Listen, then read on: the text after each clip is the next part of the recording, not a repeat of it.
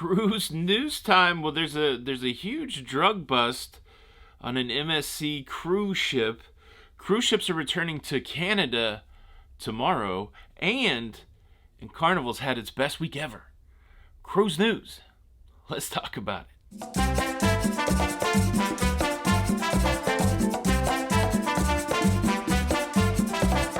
Hey, what's up, everybody? Welcome back to Lido, Loca. I'm your host, Tony, here with the latest cruise news updates. Happy Friday, everybody. April the 8th, 2022, and I am docked this morning here at Costa Maya, Mexico. I'm on the Norwegian Dawn, just finishing up a 7-day cruise, shortly to return to Tampa on Sunday. Sea day tomorrow, but hope everybody's doing well, sliding into the weekend. 3 big cruise news stories. The first one is there's mules. There's mules on the MSC Seaside, drug mules to be exact. The MSC Seaside just docked in Valencia, Spain, after a trip to Brazil.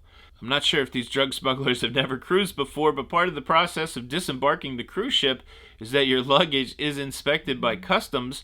And when all the luggage was inspected, 15 cases they hit for drugs, and upon further inspections, they found 54 kilos of cocaine. The white powder, 54 kilos of cocaine worth more than 3 million euros. 4 men and 6 women were arrested in association with the smuggling. They tried to keep it low key. They posed as couples on vacation, but proving again that the only dopes do dope. Anybody know that reference? Only dopes do dope. Proving again that you're probably going to get caught trying to smuggle drugs on a cruise ship. We got these people in the Hurt Locker. 10 passengers on a cruise ship, aka drug mules, smuggling the cocaine from Brazil to Spain. Now they're in custody. They're in España, Spain. I don't know what I'm saying. How about that? Man, could you imagine trying to be a drug smuggler? I cannot imagine it. My agita and my IBS would be off the charts. Cruise news story number 2. I got to tell you, big news. Cruising is back, baby. Cruising is back in Canada, and it starts tomorrow with one of Holland America's dam ships. The Koningsdam will be making its way to Victoria, BC tomorrow, and then Vancouver the next day. The first time that we have a cruise ship in Canada doing cruise business, doing cruise tourism, doing all the things tomorrow. How about that? The Koningsdam will be completing its current 7-day cruise. Vancouver will be its final stop, and that's where it will stay for the Alaska season. Koningsdam sailing to Alaska from Vancouver for the rest of the year. But yes, it opens up Canadian cruising. It's super exciting for cruise fans. Of course, it seems like every city's got their own contingency of people that don't want cruising to be in their city. And, well, it looks like Victoria is no different. I was reading an article about a lady who runs a neighborhood association and an anti-cruise group, and she said, our summer's ruined. There's only like 2 days or 3 days the whole summer that there's not going to be cruise ships. So it continues to be an interesting ebb and flow of people that are for cruise ships in the town and against cruise ships in the town. I guess they got to work all that stuff out locally. But if the cruise ship will go there, I'm going there. We also have to remember that the Koningsdam was not the first ship that was supposed to make way to Canada this year. The Caribbean Princess was supposed to be there earlier, but they called it off for dry dock. There is some conversation as to whether that was the real reason or not, really more just speculation from passengers on board. However, it is in Portland right now for its dry dock, and a news channel in Portland is reporting that there are cases amongst the crew there on the Caribbean Princess. There's no passengers on board while it's in dry dock. But again, Caribbean Princess reporting to the CDC, it is in an orange status. It is a cruise ship that is under investigation. So there is cases on board. No surprise there. But a lot of moving parts up there in the northwest of the United States and into Canada, getting cruise ships up into Canada. Many of us have cruises set up for Alaska this year, and of course last year a big challenge was the inability for cruise ships to stop in Canadian ports.